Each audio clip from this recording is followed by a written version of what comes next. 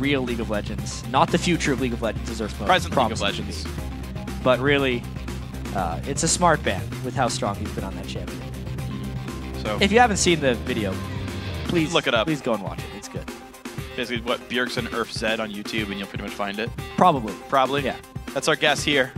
Check it out if you're here on your smartphones, or just open up the second monitor.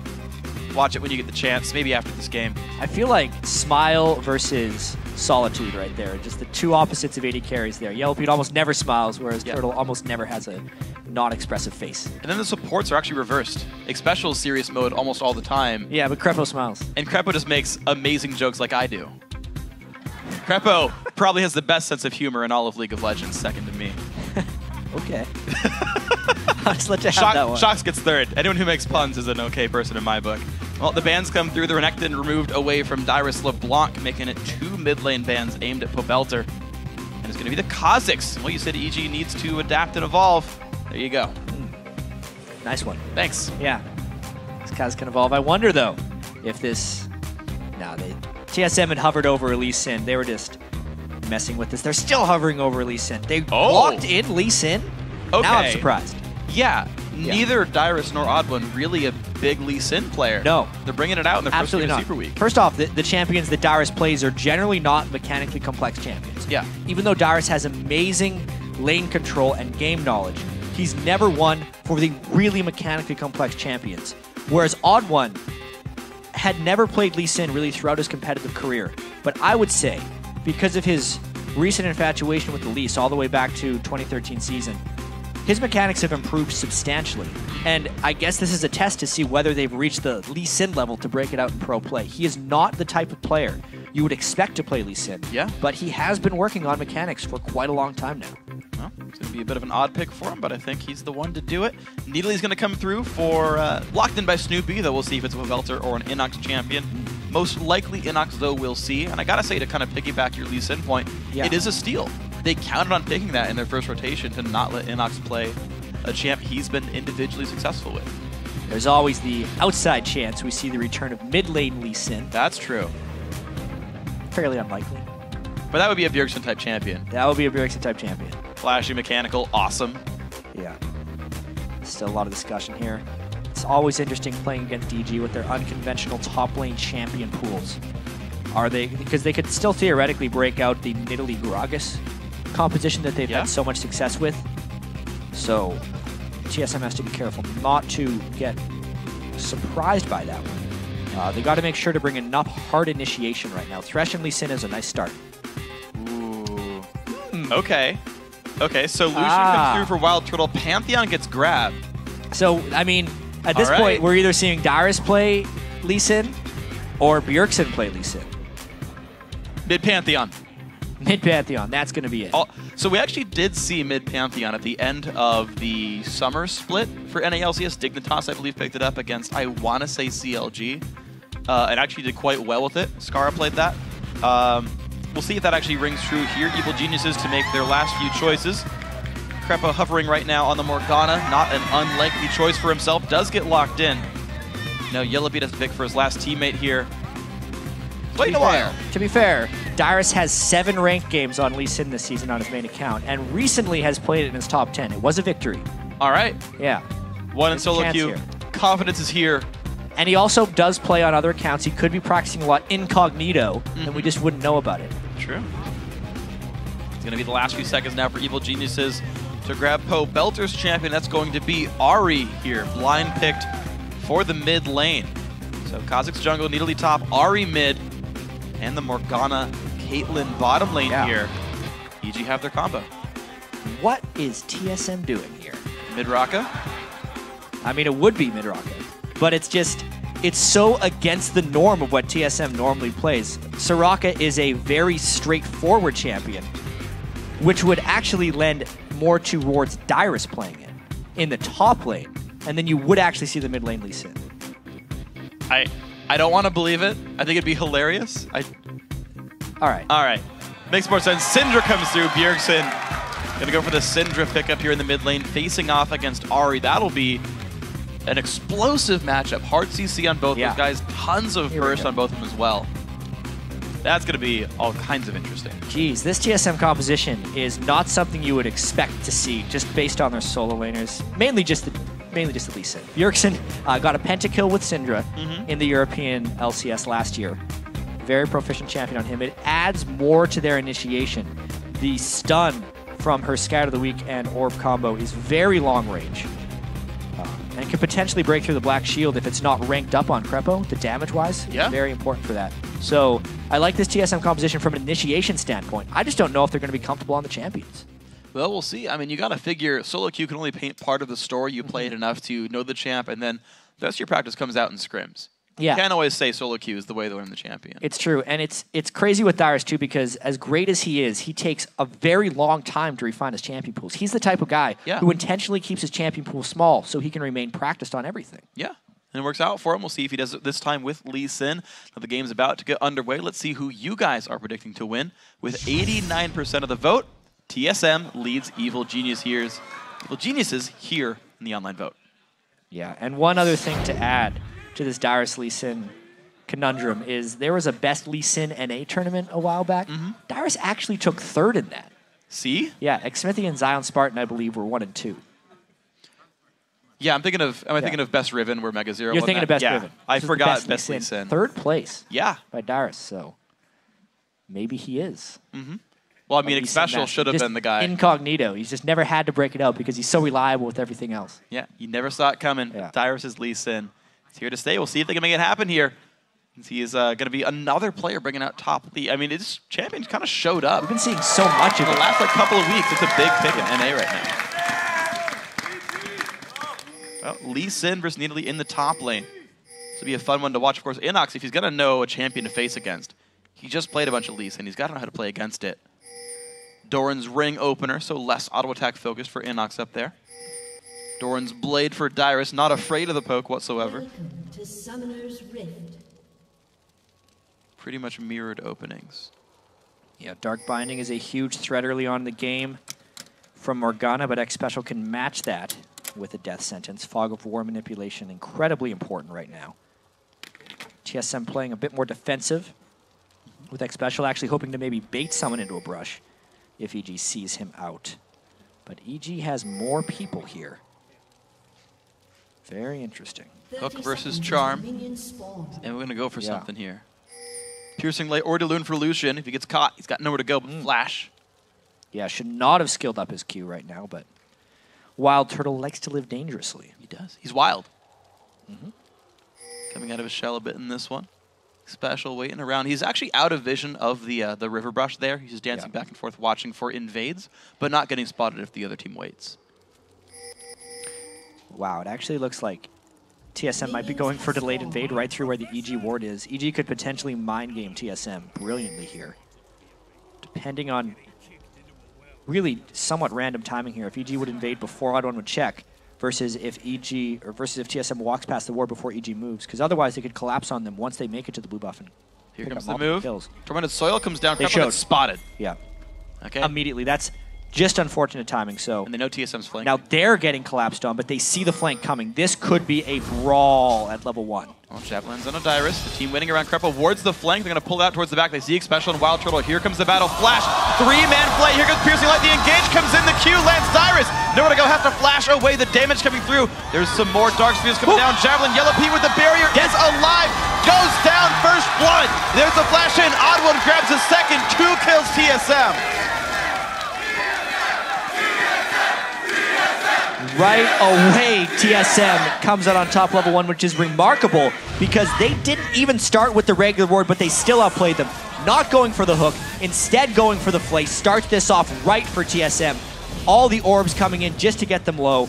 And at this point, EG is in full retreat mode. Pantheon can crit his spears and his autos at this point, which is why the flash in at the end from OddOne finishes off that kill. And they're still able to get their own red. There you go, red buff secured for TSM despite walking through wards the whole way. Just the fact that Bjergsen saw him on the side was enough to group the team in. Well, TSM managed to fix a lot of their level 1 problems early on. Yeah. So, that's a nice start. If starting games had been a weakness for them. Reginald, obviously, with his retirement, has stepped back into a coaching role. I'm sure TSM spent a lot of time analyzing what to do in this level 1 game rehashing how to play the 2v1 and 3v1 lanes. Because if we think back to the 2013 season, they were very good at the 3v1 tower dive game. Almost every game you would see tanky support, whether it was like Tarek or Leona at the time for Xpecial, and they would go and do those early dives. Snoopeh bit off a bit more than he could chew here. His smite is available, but he's got mana to do it. Probably gets the damage in level 3. He's all right. He's all right. Ran out of potions though. Used a bunch in the first engagement, then even more in the clear without much of his leash. It'd be difficult. I understand it. OddOne actually, oddly enough, getting a slower jungle start here. Yeah. He's second to level 3 among the junglers. Well, Pantheon is not known for his fast clearing potential. Yeah. He's known for his ganking prowess and team fight potential, especially at level 6. See when he gets himself there. Dyrus actually going to be defending the turret with the TheOddOne. So this is one of the first 2-on-2 lanes I've seen for a while. Jungler top laner defending against YellowPete and Krepo. I imagine Lee Sin Pantheon has tremendous actual kill potential against this Morgana lane.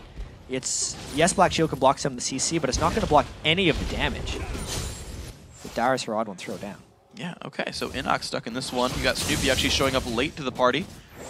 He's actually just killing the white camp for himself. Of course, InnoX is level 3. He's throwing javelins from the back line. Like, he's not going to get turret dive. They see where the TheOddOne is, so a very different early game setup, but Snoopeh does eventually show to defend this turret.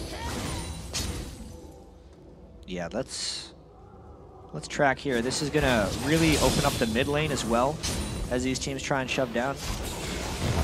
Since the junglers are completely shown in their lanes, I actually don't think the turrets are going to get pushed too easily since it is just a straight up 2v2. This means Bjergsen gets to shove as much as he wants against Pobelter with that Doran's Ring advantage he got from the first blood. Absolutely. So, see what pans out here for these guys. Pobelter chilling still in the mid lane. 6 minion deficit though, plus the kill and assist that Bjergsen got. That's a bit of a lead here. Looks like Dyrus is alone now to defend this turret. At level 4 they decide, you know what? You're strong enough to defend against YellowPete and Krepo. Attack speed goes off onto Caitlyn, and I mean, Dyrus is taking some decent damage. Gets a Dark Bind into the face. The trap does actually hit the Ignite there as well. He does not have Flash, keep in mind.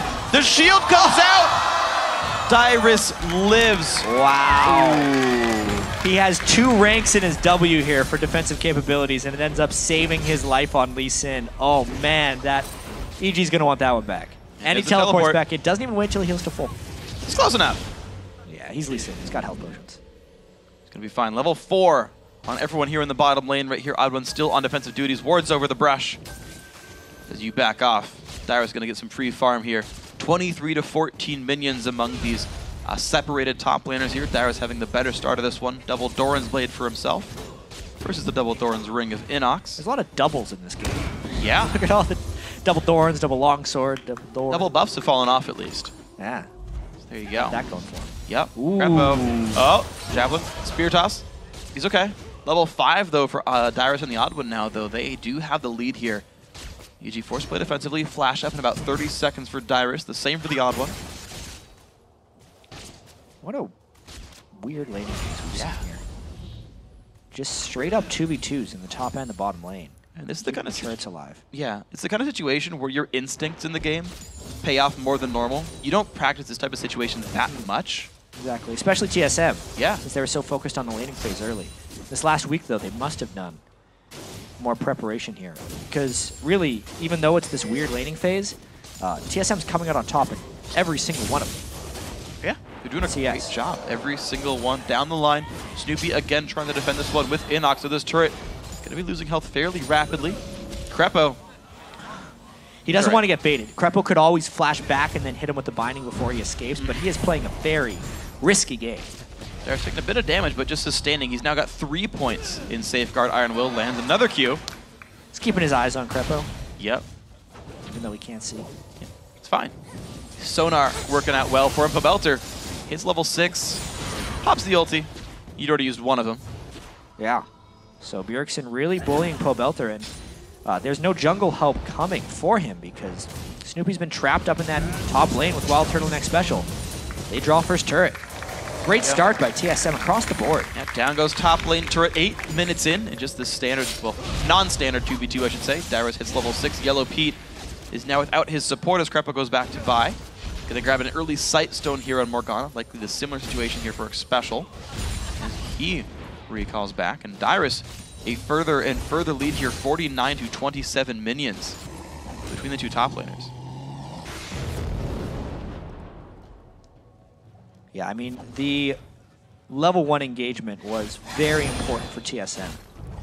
But at the same time, when they exited out of that, the real advantage that really showed through was an extra Doran's ring onto Bjergsen. Like, it really wasn't too substantial in that. The rest of the advantages have been gained by just TSM's good 2v2 laning, so to speak. It wasn't the typical 2v2s you're going to see, but this is the type of controlled, non-rushed objective games the TSM excels in. They were able to kind of adapt to the lane swapping by sending their AD carry and support up top, but then still coming out on top. The hold by Dyrus' Lee Sin, maxing his Safeguard and Iron Will first to keep himself alive, and it's keeping TSM very controlled in this game. And now we'll see how the duel pans out there. InnoX and Dyrus now show up in the same lane. Small mid lead for Dyrus, but even more when he gets rid of these guys under the turret. The Safeguard actually really blocking most of the damage coming out from Javelin so far. InnoX does not have much AP yet. And I want to see who ends up starting to really push down in this matchup and get the lead. Level 4 now for Lee Sin. Snoopeh spotted by the OddOne, pops the ulti, goes in for Bjergsen. Some good damage coming through. Can they land the charm? The flash comes in. He charms the OddOne. Pobelter gets out. Snoopeh flashing in. Here comes InnoX as well. The damage comes through. InnoX gets the kill onto the OddOne. Does Dyrus want this one? He does. Q's in, looks for Snoopeh, finds some damage here. He's got to watch out for the kick. The charm comes in. He jumps away. The Safeguard keeps Dyrus alive. Javelin to minion. A really late teleport by Dyrus there. InnoX's teleport is what grants the kill, and then Dyrus' teleport just about gets himself killed. So some power plays here from EG. Let's see if they can make anything happen. Bjergsen's a great wave clear on Syndra. 1800 minion lead, or sorry, 1800 gold lead, I should say. Bjergsen does not have the ulti available. Could wave clear maybe a little bit. Dyrus does not find the opening. Snoopeh gets stunned up. A slow comes in as well. Just going to be the rest of the wave clear and the back out right here. Yeah. So nice set of plays there by EG. Coming in at the same time. The stealth timing by Snoopeh on that gank was critical, so they couldn't just burst him down. Bjergsen's still up fairly heavily in farm. Just the jungler ended up dropping right there. Now they push down since EG has just backed. Yeah, and EG not able to defend this turret whatsoever. InnoX very far away from what Ziggs can do. He can throw a javelin and kill one minion. Ziggs usually kills the whole wave, but not a champion here picked up for Evil Geniuses, so those pushes work successfully. TSM 2-0 on turrets, and I know you talk about you know, how well TSM's been doing, getting the control over the map, taking away turrets, they're controlling Dragon now as well. EG not able to defend.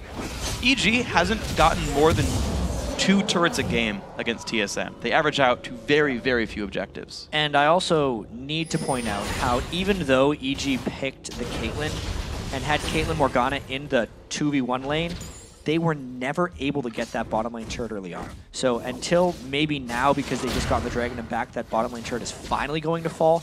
That is a failure as far as bottom lane is concerned if you're picking that Caitlyn. TSM countered pretty well, and now they're going to try and kill him for getting that turret. Here he comes, man drops right onto YellowPete. The black shield comes in. Krepo's in an okay spot. Onto a trap he goes. The outplay by Evil Geniuses, Krepo and YellowPete. The timing of that dark binding by Krepo, absolutely great. So making up for not pushing down the turret by getting a return kill onto the OddOne. What else can they make of it? Oh, it's just going to be the retreat so far. InnoX just trading blows with Dyrus. Honestly, it's going to be Snoopeh coming back into the bottom lane, but they're fearful. OddOne jumped into a bad situation right there. He went early to defend the turret. Let's see if EG can get the turret back, because they still want to get this. They need to get some of their global gold back. See what they can find. Snoopeh looking for poke red buff onto the jungler. Some good wave clear early from WildTurtle. No minions left, really. And EG just cannot push this turret down.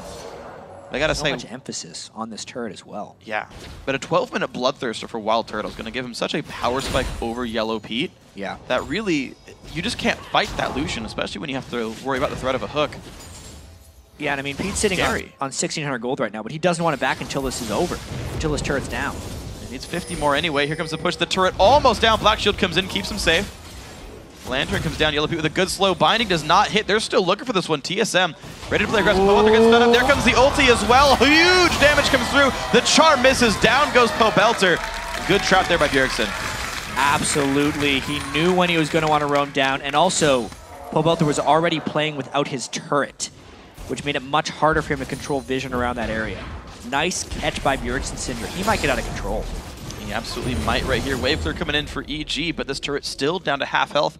YellowPete was forced to blow his flash off screen, I'm guessing by a hook attempt by Xpecial, so EG playing a bit with fire. And Snoopeh, for most of this game, has been camping by one of his side laners trying to keep their turrets alive. That's not the ideal way to play Kha'Zix either. He needs to be in lanes, using his ultimate to stealth, and forcing flashes, creating pressure on the map. He has just been the stopgap, really, for EG as their lanes are falling behind. He is almost a no-farm Kha'Zix right here, as they are the ones who lose their bottom turret as well. All 3 outer turrets down for TSM. Well done by TSM. This is the kind of thing you would actually kind of want like a Nasus jungle for. Somebody who can just kind of show up, help wave clear, keep things alive. True. He's basically playing Kha'Zix like Nasus here, with low gank threat, low damage overall. Hopefully, for Snoopeh's sake, he can get himself back into this game. We're gonna have to do it soon. Yeah, but low items all around, really. Bloodthirster just now done. 14 minutes, not a bad clip for BT, but no boots for YellowPete. Sightstone tier 2 GP10, pretty standard here. InnoX still not even close to an Athene's. Lizard Elder not even close to done here for Snoopeh either. No big items are done, whereas most of TSM has their first sort of big completed item. Yeah, big item thresholds coming in for TSM. Everyone on EG is kind of in survival mode right now. It's been the story of the year for EG here. They fall behind in the early game, and then their strategic savvy can't save them. They got outplayed, actually, strategically early on in this game, too, so they didn't have that going for them this game. It's just been a rough match. Winning this is really winning every game this week is of utmost importance for EG, because they are really, even though they're statistically not out of the playoffs, they would have to go 4-0, and Coast would have to go 0-4. They are really competing with XGG here.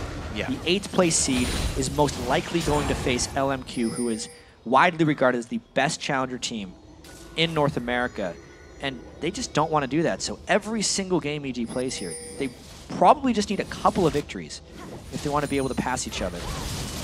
Although it may just end up coming down to that very last game of the regular season where EG plays XDG.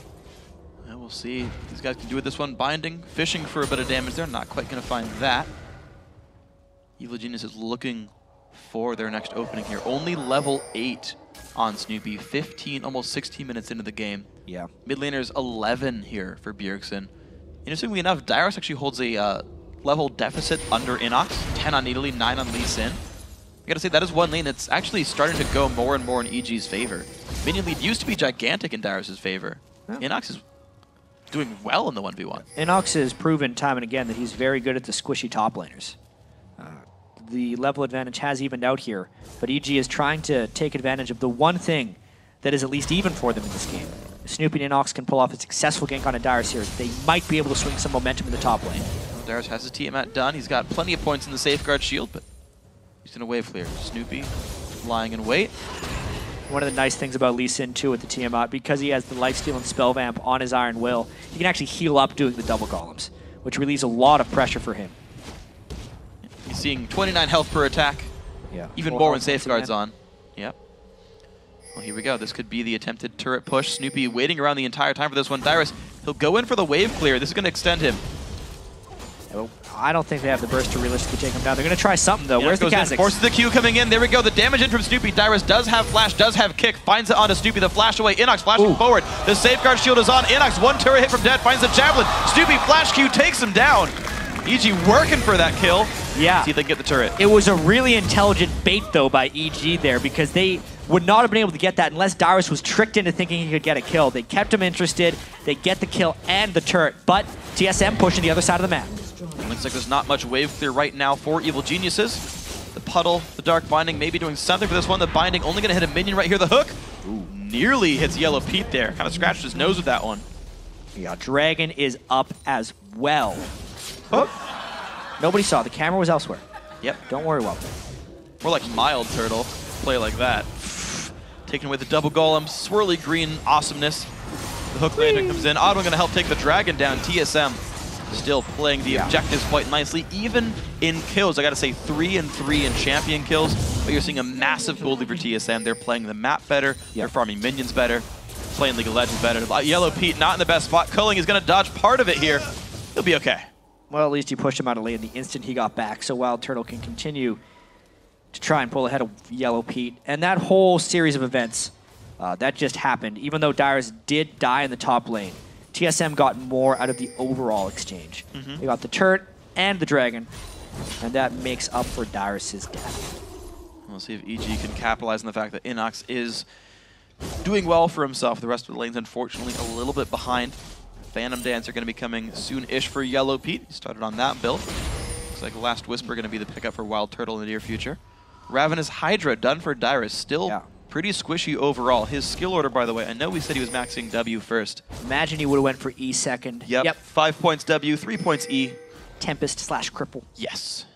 Lee Sin having to have 2 names for all of his abilities. They're 2 spells. Difficult. It's true. It's true. His ulti and passive only have 1 name. Also true. Yep. Poking holes in your arguments, Jat. Outsmarted. I'm just... Yeah. I mean, I'm the guy who makes the spotlights. How would I not know the ability names? Yeah, it's true.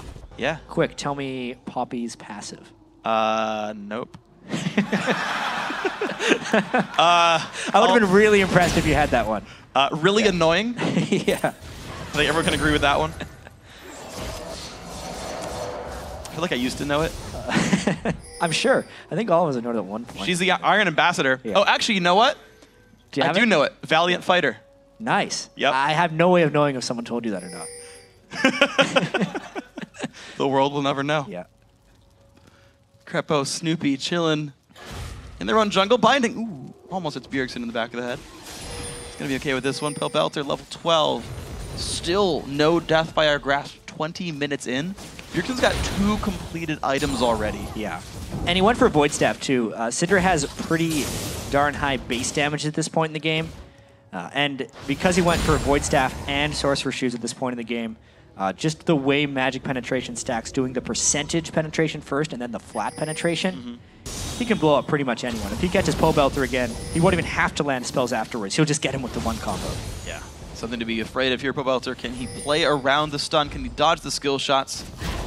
Everything but the ultimate. See what they can do with this one. EG grouping towards the mid lane. All 5 are actually around here. WildTurtle is not there, nor is Dyrus. They're going to push in with just 1 minion there.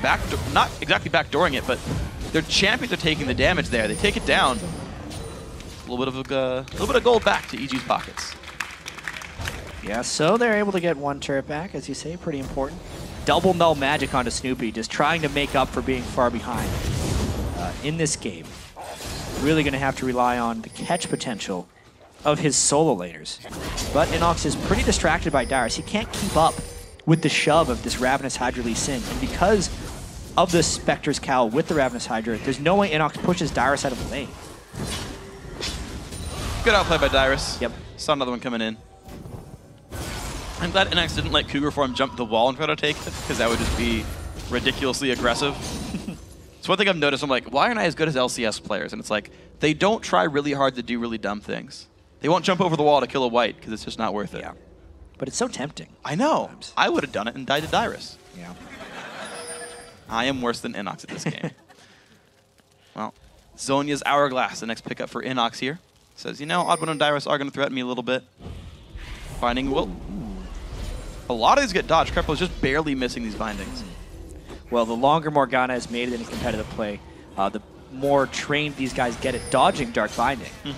We hadn't seen Morgana for a really long time, so when support Morgana started coming in as kind of the counter to the hard engaged supports like Thresh and Leona, the bindings were landing left and right. But I honestly feel like the more we've seen of Morgana, and the more these LCS teams have seen of Morgana, the better they are at dodging the Dark Bindings. Yeah, I think so as well.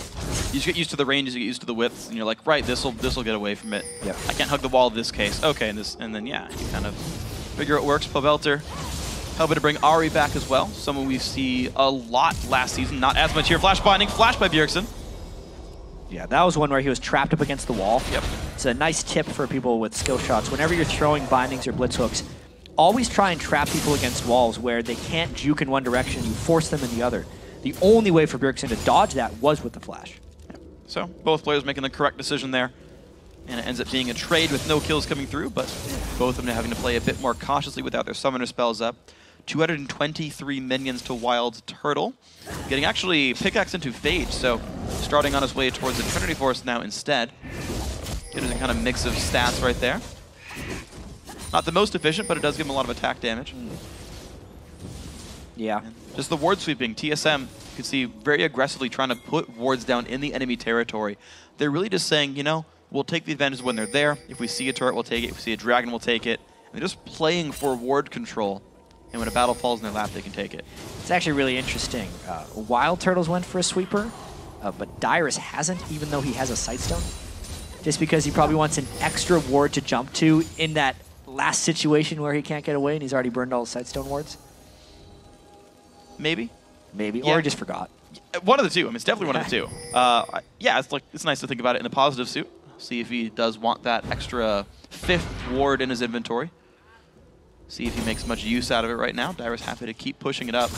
Honestly, as Sightstone leads in, you're so tempted to put wards down just to have wards. You do run out of trick wards really quickly. There's actually plenty of reason to keep the yellow trinket. Yeah. Dragon controlled because EG was not strong enough to contest. They were trying to push mid lane in the meanwhile, but actually Xpecial might get something. Oh, good black shield. Didn't hit anyway, A lot but of really close skill shots. safe. We're seeing Bjergsen just tossing minions around. 250 minion kills for himself. 2-0-1 still the score. Death Cap, I'm guessing, is next, although... Yeah, I wonder. He has 2 honestly, kills. any of the 3 would have worked. Yeah, you can go death. Yeah, really. Any of the needlessly large items. DFG is sometimes the choice on Syndra when people really want to just one-shot people, which Bjergsen is quite good at. Yeah. In general cases. But if they want more of an AoE team fighting composition, he wants to land the group stuns. Whee! Says the tweet. Whee! Yeah, really that's not fun. as good. Yeah. This is way more fun. But to finish the Bjergsen point, if he goes Death Cap, it's more about the group team fighting stats. Which might be what he wants to go for. I think it makes sense. I feel like when you're this far ahead, you already one-shot people. Doing twice their health Pretty bar close. is not any more effective than doing 1 times their health bar. I think Zhonya's or Rabadon's would be the smartest choice for Bjergsen right now. Absolutely. See when he gets himself there. So far, by the way, for those who are wondering on Syndra's skill builds, you can see in the bottom left, max Q, then max E. It's because when you E stun the ball through things, the ball damage when it's stunning is calculated by the E. Here comes initiation from TSM though. After looking for the fight, they disengage from Evil Geniuses. Net's gonna land. He flashes in for the stun. Anyway, the charm's gonna land. OddOne, not in the best spot. He goes down for the first one. Dyrus into the back lines, but maybe bit off more than he could chew. Whee! Goes away with the lantern. EG just getting the kill. Man, right there, TSM just trying to force into an initiation that wasn't necessarily there. Flashing forward ahead of the team and just the stun from Syndra, nothing was in sync. So nice disengage there by EG. I think if TSM wants to fight EG, they should more force the objectives onto spots and force them to come at them that way, because brute forcing onto that black shield is rather difficult. Taking one more look at this one. It looked like OddOne just really wanted to get Krepo down, but the charm by Pobelter was just too much. If the rest of TSM was right behind OddOne, it would have worked great, but they just were not. Yeah. The bind on Xpecial I really liked, though. It helped kind of keep some of the follow-up from coming through. Yeah. I don't know how much TSM was relying on Xpecial there, but it certainly didn't hurt to land that. So nice move by Krepo. And yeah, TSM, they're trying some of the sieges, not getting a lot of progress. They're still growing in gold. But 5 sweepers now for TSM. wow. 2 Sightstones, I mean, I feel like that works out pretty nicely. Yeah. They can You're just gonna put see it this a down lot. whenever they want, yeah. Every 12 seconds, the ward can get swept. Upgraded sweeper on Xpecial as well. It's a lot of potential vision denial. Ooh, Krepo loses the black shield in 1 combo from Bjergsen and takes some damage in the back of it. Yeah, normally when a team buys so many sweepers, you're worried about them losing ward control, but because of the 2 Sightstones, they get away with it. Snoopeh, no hook, but he's got to have to stealth and jump over the wall. But just burning regular skills for an ulti is good trade for TSM. Dyrus looking forward. Ulti comes in. See if they can find much. The net comes out, slowing the OddOne. No charm's going to land. A bit late there from Pobelter. Yeah, EG still playing the game of cat and mouse. They're slowly losing vision control, and now they're almost forced to push through the mid lane because they have no ward control in that Baron area. It looks like bottom outer turret finally went down. Evil Geniuses don't want to go for mid tier 2. They do want to stop the Baron attempt right here. No vision just yet. InnoX going to sweep away, puts the trap over the wall. Is going to spot this out. Javelin onto Xpecial. Snoopeh going to get jumped on. The jump in from Dyrus. Not going to go much of anywhere, but down goes Morgana. It's Krepo hitting the death chamber here. 5 versus 4. Now no black shield either if there could be a forced initiation from TSM. There's no flash on the Pantheon, and that Baron is getting lower and lower. No ult on Snoopeh either, so he could go down. Down about half health, they find Snoopeh there. Dyrus putting out some very good damage. Hook's gonna go in, lands onto Snoopeh. More damage coming through. It's still the Lee Sin on the top side. WildTurtle forced away. Kill comes in from the Javelin, but still the Smite coming in. They're it's so gonna be gone. low. Bjergsen gets the damage onto Pobelter. It's gonna be the pickup there for WildTurtle. And a double kill though for InnoX. They're still trying the odd one. One hit from dead. It's gonna be the trade for Bjergsen. Triple kill. YellowPete looks for the damage. The net, not quite enough damage. Pobelter does not land it. Flashed away after the kill. Looks like 3 versus 3 in kills. 4 versus 3 in kills. Krepo died too. Wow, flashes exchanged after EG lost the Baron. They tried as desperately as they could to get those Baron buffs off of TSM. So a crazy amount of action. I mean, that was a really dangerous call by TSM. I think it's because they couldn't find clean initiations elsewhere. Dyrus actually kicks away instead of towards, so it was a 4v5 as this happens, but the Baron just gets them so low. And they split focus a little bit once again. Everyone kind of hopping over onto Snoopeh. Turtle and Bjergsen taking spears. That's the biggest thing in the back here. InnoX really playing this fight to the best of his ability. And then the fact that Turtle got nearly blown up by Pobelter's Ahri as well just equalized this fight. InnoX isn't even a spear thrower at this point. He's just hopping all over the place in cat form. And that Baron was up in the air. Like, that was not the smite secure Baron you're so used to seeing. Really close fight. And then Pobelter actually accidentally flashes in, I believe. He's going for a kill. I think Bjergsen gets him with a Q as he flashes in. Yeah, he's going for the flash charm. Gets hit with it. Good escape, good kill overall. And Deathcap's done now. Huge damage for Bjergsen going now for more cooldown reduction as well. That's a Fiendish Codex, so maybe DFG's next. Might just be DFG wanting even more damage. 5-0-1 for the Syndra of Bjergsen. 4-1-1 for InnoX's Needly. Gotta say, he's still playing very well for the team. And I feel like late in the season, he's really picked it up. Like, I actually had high hopes. As a player I'd followed in the Challenger scene for a while. InnoX was on a couple of teams with some of my old friends. And I was expecting big things, especially from his Needly. It took him a long time to hit his stride, but very consistently, I feel like InnoX is playing quite well for the team. Yeah, I think he's probably gotten over a lot of his nerves as well. Early on in the season, you could tell he was very quiet.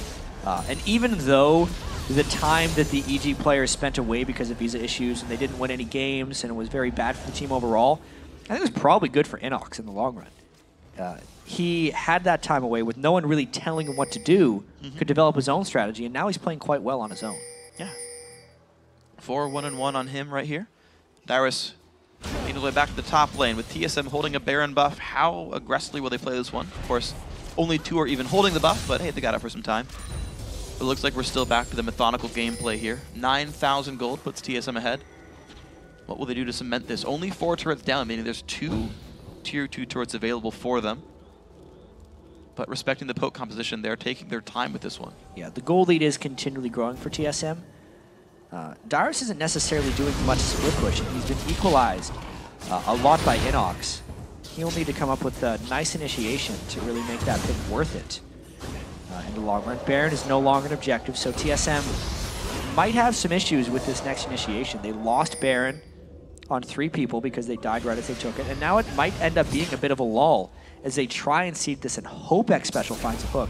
But if they don't find a clean initiation, either from a nice stun combo by Bjergsen or a nice hook by Xpecial, I would see this potentially lasting a while. Not this turret, but the next one. Well, they're going to look for a top tier 2 right now. It will be going down. Seeded by Evil Geniuses. There's a giant minion wave in the bottom lane right now, pushing from TSM's minions into EG's base. Javelin onto Bjergsen brings him down to half. TSM might say, you know what?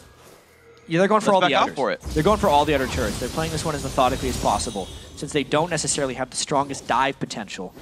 No great tanks on their team quite yet. Yeah. Dyrus, not much armor. OddOne, starting to build towards the Randuins, but they might just die because Ahri was away. They look for it. No one's in the range for the stun just yet. Snoopeh's going to stealth out as well. Here comes really the good hip turret. Down very low into the back lines goes Snoopeh, taking a bit of punishment. There's the upgraded sweeper though. Snoopeh forced to flash away from this one. Krepo, very low on health force back. Oh. Wow. Yeah, great move by the upgraded sweeper there by Xpecial. And they got a lot of the turret down. That was a very smart call by TSM to go as hard as they did right there. I think their initial plan was to actually rotate for the outer turret in the mid lane, but once they saw Pobelter was doing an extra shove in the bottom lane, they knew he wouldn't be there. And they went for the quick push. Pobelter getting rid of the Banshee's Veil onto Dyrus. That's going to come back in 25 seconds though. So no major difficulties. Remember the days where Banshee's Village just had a cooldown and it would just come up randomly in the middle of a fight? Yeah. And you're like, oh, I'm going to kill him. And then like Banshees just shows up and you're like, well, guess I didn't ult him right that time. That sucks. Yeah, that was really unfortunate. So now, if you don't take damage from champions for 25 seconds, then it'll come back up. So it won't come back in the middle of a fight. Cleaner item now. Yeah, I like it. And it actually works better against poke now, because it comes back up about twice as often if you are out of combat. If you can dodge for a wave, you get a Banshees for the next one. EG trying to get the farm back up. You can see their jungle is completely devoid of monsters right now. Getting as much gold and experience back into their pockets. Baron in 1 minute 30. I think TSM is planning on taking that uncontested, or at least using it as a vehicle for them trying to end the game here. EG's been stun on the curve with a flash engage. Woo. It's another thing you can do. Yep. Is blow up the support. Now the black shield threat is gone, so TSM could actually initiate very cleanly if they Pantheon ultimate into the base here. All right, there goes the second turret in the mid lane, making that all 6 turrets outside of the base are gone now. EG at 3 turrets, breaking their average record on this one. TSM at 6 and a 1-kill lead, but a very slow game overall. 34.5 in. Baron in a minute, Dragon in 2 minutes.